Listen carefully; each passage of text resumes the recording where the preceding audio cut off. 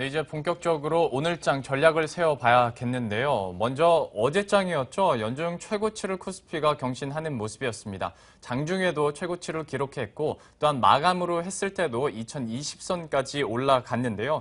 이와 함께 외국인의 매수세도 적극적으로 이어지면서 지수 상승을 견인하고 있는 모습입니다. 자, 이제 시장에서는 과연 코스피가 박스권을 돌파할 수 있을지에 대한 기대감 어느 때보다 커지고 있는 상황인데요. 이 부분에 대해서 함께 전망을 해보도록 하겠습니다. 오늘은 신한금융투자 PWM 여의도센터의 최경균 PB팀장과 함께하도록 하겠습니다. 안녕하십니까? 네, 안녕하십니까. 최현균입니다. 예. 앞서 제가 잠깐 언급은 드렸습니다만은 외국인의 적극적인 매수세가 나타나면서 코스피가 어제 연중 최고치를 기록했습니다. 어제장 어떻게 보셨는지 먼저 간단하게 분석을 해주시죠. 네, 어제장 간단히 말씀드리도록 하겠습니다.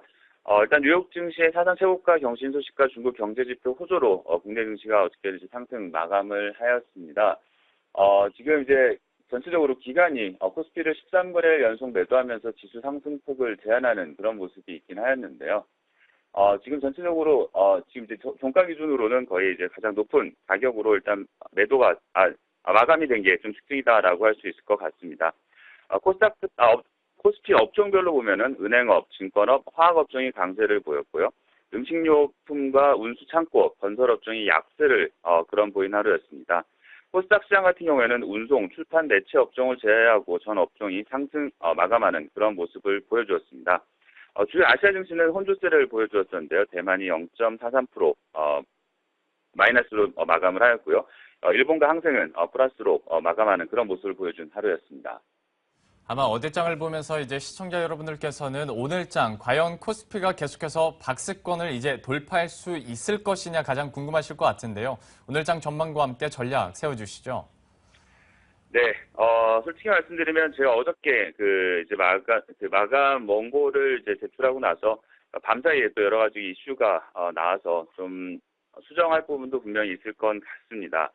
먼저 간단히 어저께 이제 우리 말레이시아 여객기 추락에 대해서 코멘트를 하지 않을 수가 없을 것 같은데요. 아무래도 글로벌 증시가 이제 러시아의 이런 지정학적 악재에 모두 반응을 한 그런 모습이었습니다. 유럽 시장 같은 경우에는 이 사건이 장 막판에 발생을 하면서 유럽 지수를 끌어내렸었고요. 미국 증시 같은 경우에는 시초가부터 계속해서 하락을 하면서 장 마감 시점이 계속 저점을 보여준 그런 모습이었습니다. 보통 이런 사건이 발생한 첫날 낙폭이 제일 큰 것이 좀 특징이다라고 할 수 있을 것 같은데요.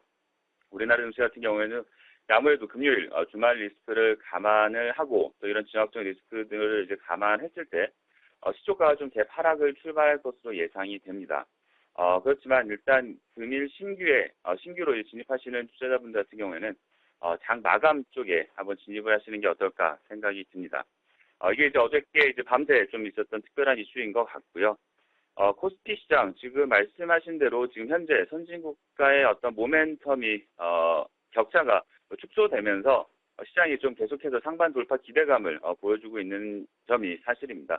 물론 이제 우리 기업들의 실적이 가장 큰 걸림돌이다라고 볼 수가 있을 것 같은데요. 그렇지만 코스피의 한번 일간 차트를 보여주시면 좋을 것 같은데요.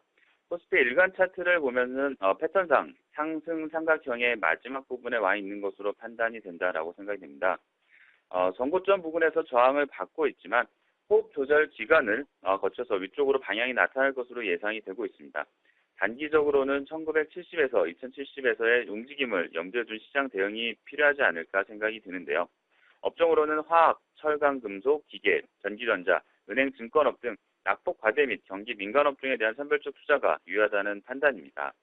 코스닥 시장 같은 경우에는 단기적으로 530에서 574포인트에서의 움직임이 예상이 되고 있습니다. 그렇기 때문에 일단 지정학적 리스크에 우리나라 증시가 시초가의 대하락으로 반응을 할 것이다라고 생각이 됐지만 점점 추세적으로 박스권 상당 돌파 기대감을 가지시면서 시장 대응을 하시면 어떨까 생각이 듭니다. 오늘장 전략으로 간단히 이어서 말씀을 드리면 세 종목을 말씀드리려고 합니다. 첫 번째 종목은 SK케미칼, 두 번째 LG화학, 세 번째 인터파크 종목인데요. 먼저 SK케미칼 종목을 간단히 말씀드리면은 바이오 디젤 판매 가격 상승 및 PETG와 유틸리티 매출 증가로 수익성이 개선이 되고 있는 상황입니다. 프리미엄 백신 8종을 개발 중에 있으며 계절 독감 백신과 수두 백신, 등 한국 임상 3상 진행에 있는 백신을 기반으로 한 생명과학 부분의 장기 성장 동력을 보유하고 있다라고 생각이 되기 때문에 SK케미칼에 대한 접근을 한번 해보시면 어떨까 생각이 들고요.